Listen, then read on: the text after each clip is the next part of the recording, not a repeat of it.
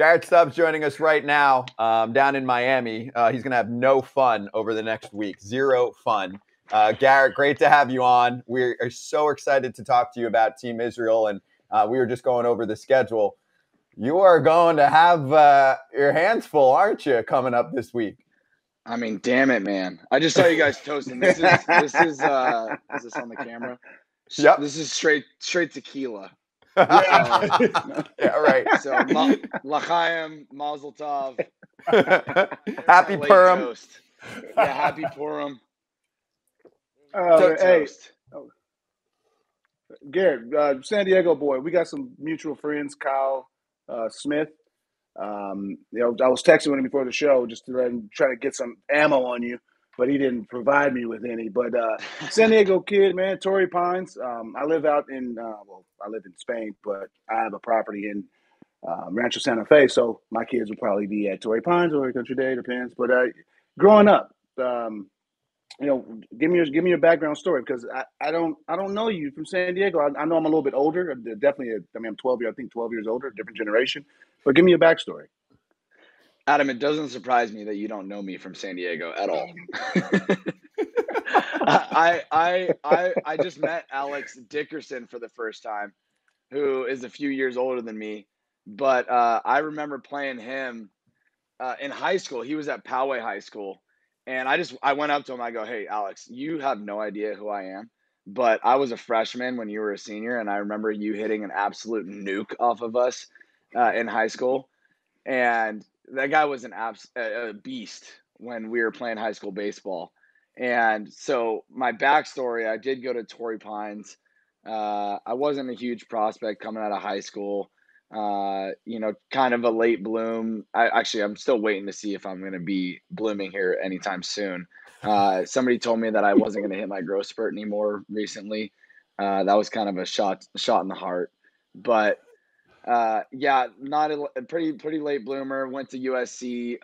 Grew up in North County, San Diego. Went to Torrey Pines. Love it over there. Obviously, want to get back there. I live in Phoenix now. But the price tag on a home in San Diego is not in my cards right now. But hopefully in the near future, I'll get to be back in San Diego. Stubbsy, you're not a huge prospect, but you're a huge person. Okay, don't let these doctors say you stop growing. Look at this. I mean, the flow. I mean, this guy. You have to take care of business down in Miami. But we're not going to talk about that. We're going to talk about your WBC team. How do you guys, especially you as a catcher, like, my opinion, I think you're a starting catcher wearing a backup catcher's body, but don't worry about it. I think it'll happen for you. You're the starting guy here now, right, for Team Israel? So funny enough, Ryan Lavarnway, who's been playing for Team Israel for the last, I think, 3 WBCs, he's been catching for the last 3 WBCs. Great catcher, been up and down in the big leagues for the last 10 years. He hits really well. And Kinsler told me that our best lineup, he thinks, is with me and him in it. So he asked me, he goes, "Do you play third base?" I said, "I've never played third base in your life." He said, "Well, can you play third base?" I said, "Can I?" Yeah, sure, I can play third base. So the other night I played third base against the Marlins in an exhibition game for the first time. I've literally never played third base ever in my life. And not tomorrow, 2 days from now when we play, I believe, Nicaragua, I'll be playing third base, and it's going to be really fun. So, no, I'm not the starting catcher on game 1, but I will start a few games behind the plate for Team Israel. Tell Danny Valencia to kiss my ass. Well, he ain't playing third base. Yeah, Danny don't want to play third base. He give him a glove, he get nervous. Danny barreled up a couple balls the other night, but I don't know if he feels like he's moving the same way that he used to anymore. I was golfing with him last week, and he was just like, "Yeah, I'm just gonna DH." What are you telling me? He's like, "I got a reputation to uphold. I'm just gonna DH." Hey, it's funny you said he was golfing last week. He goes, "Yeah, my golf swing and my baseball swing is about the same. I haven't been taking much BP, but I've been golfing a whole bunch, so we'll see how this goes." Valencia rakes. He rakes. He's fine. He's going to be fine. He wakes up out of bed. I watched it firsthand the other day. Flat out hitter. Yes. Yeah, like you said, he's a roll out of bed, find the barrel kind of guy. Mm-hmm.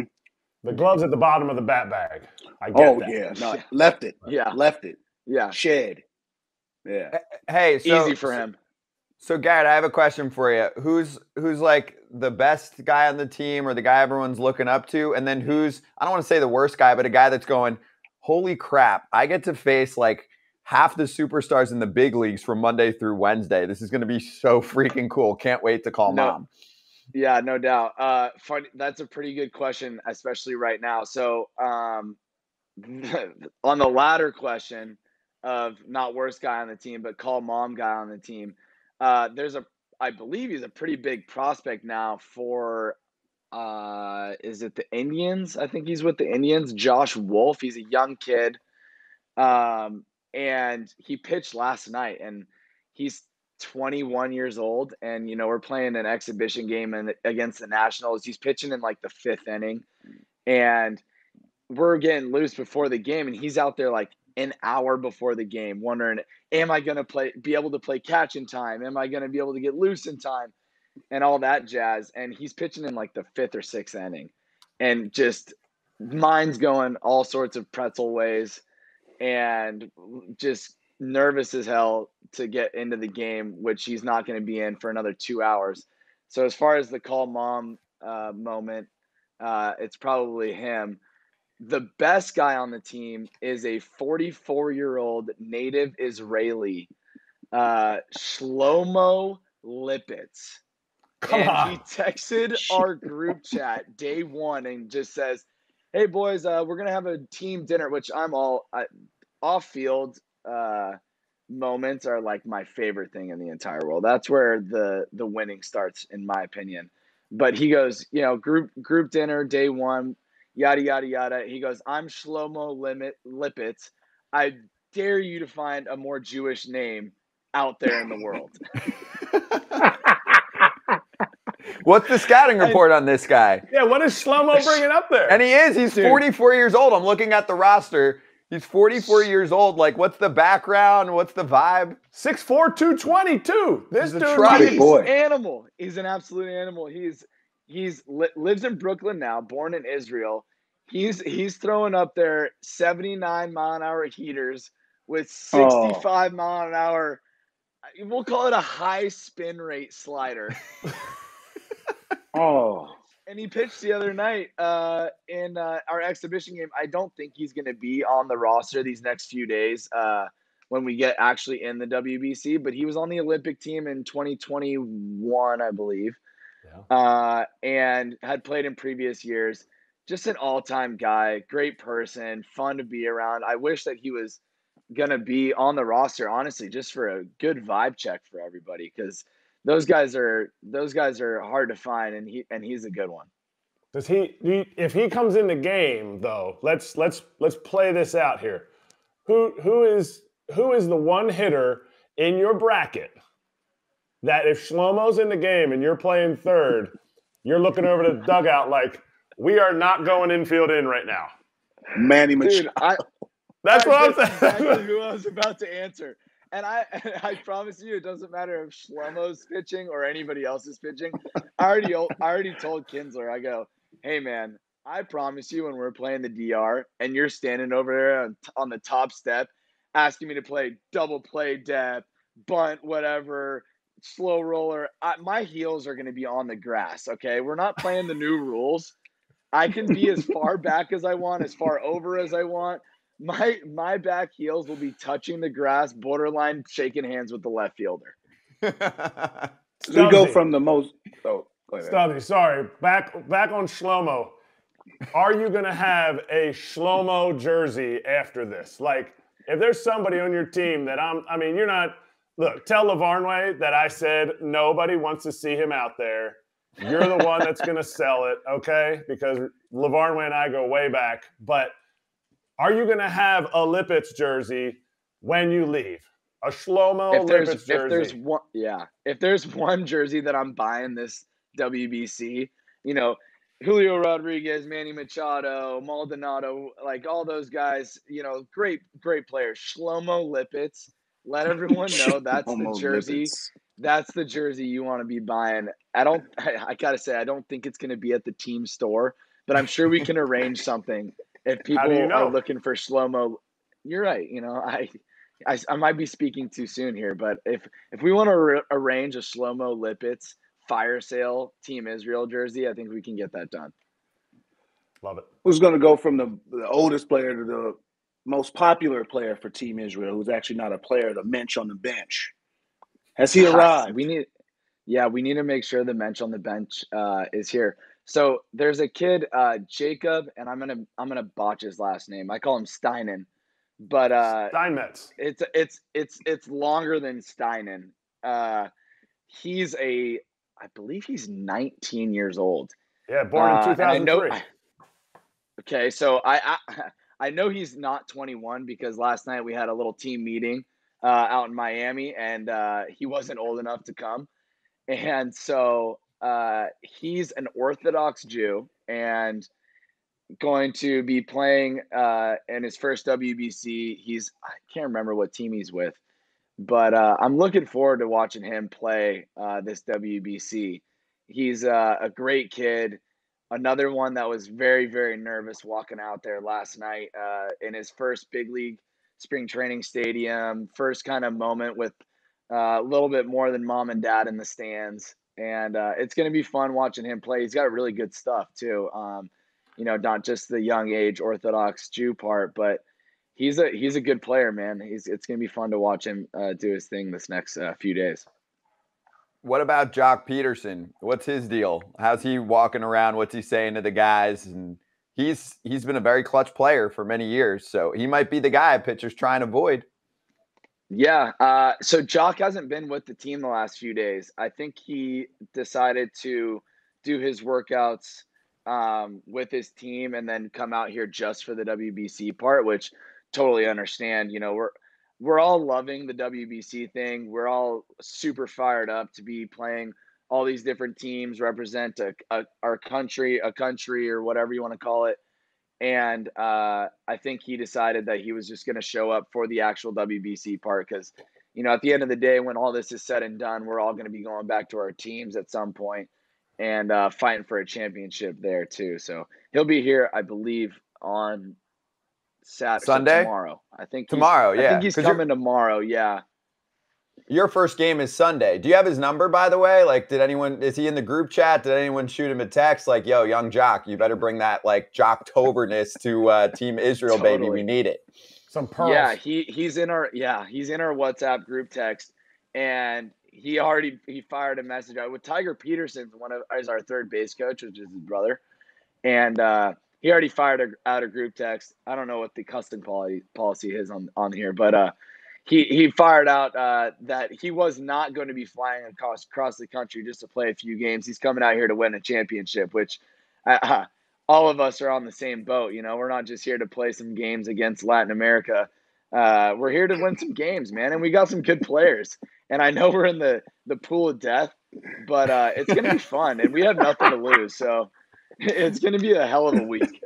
You can say it. You can say it this unfiltered, and that's part of. I mean, almost every big leaguer that's been on over the last 10 days have snuck in at least one cuss. Like, if you want to give us the Jock quote verbatim, you're allowed. He said, Just "I'm not flying out across this fucking country just to play some goddamn baseball games." Okay. Let's go. That's like the Jonesy speech.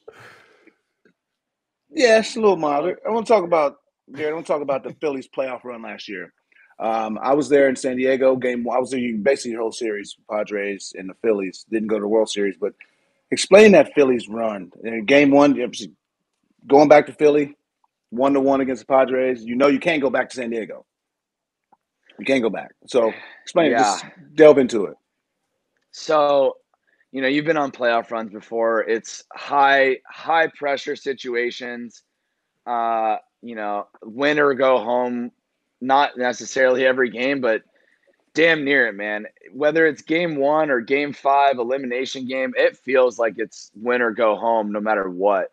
And we went to San Diego fully expecting, a packed house, and we got it. And we go back to Philadelphia, and we had already played a few games there, and knowing the crowd that we were going to be getting going back to Philly, it's, you guys have played in Philly, Kratzy. You talked about playing in Philly. When you suck, Philadelphia will let you know. Whether you're on the other team or on their team, they're going to let you know that you're playing terribly. And that October run, people have been waiting for that for a decade, a little over a decade. And every time we went back home to play in those playoff games, we were fired up. And those fans brought it every single night. So going back there, playing against San Diego, I felt like even going into the World Series Game 6, going back to Houston, down a game, Bryce Harper said it best, like, we're not fucking losing. We didn't win the championship, but every game that we went into, we felt like we were going to win every single baseball game during that October run, and we had a lot of fun doing it, man. Ever heard a louder moment when Bryce hit that ball? I was right behind. I was on the concession, and I still got the videotape, but I was looking at it because I don't want to be the person who's looking at his tape. I was looking at it because I knew this. It means Suarez this moment, and he hit that ball. I mean, I'm a Padres fan, so I'm like, damn. As a baseball fan, I'm just looking around like, damn. At the same time, You know what I mean? You guys, I looked at your dugout. I mean, everybody's jumping out. That's how Dominican's gonna be against y'all. Just like No that. doubt. That exact moment. No doubt. That's what a base hit. That's what a three hopper though up the middle. But explain that that bat, just that moment, because that's big. That's his biggest moment of his career. You got to share that with him. No doubt. And I was, I wasn't alive in 1980. I was alive for the 08 championship, but I got to imagine that even though we did not win the World Series, that Philadelphia will hold on to that specific moment like you're talking about forever. And we are not a team that comes out in front of the dugout on home runs or whatever. In that moment, you look at that dugout, and I don't think anybody knew where they were. It was a flash moment where I think everyone in the dugout knows, we call Harp the showman. Whenever there's a big situation, that is the guy that you want coming to the plate. He loves a big moment. You feel like he's going to succeed every time he gets into one of those moments, and he capitalized on it. And the fact that he looked to our dugout, who is going absolutely, I mean, Reese borderline broke both of his legs going over the top of the top rail and spinning in all sorts of ways I've never seen him spin before. And Harp's just standing there calm as hell, and felt like he knew exactly what he was about to do.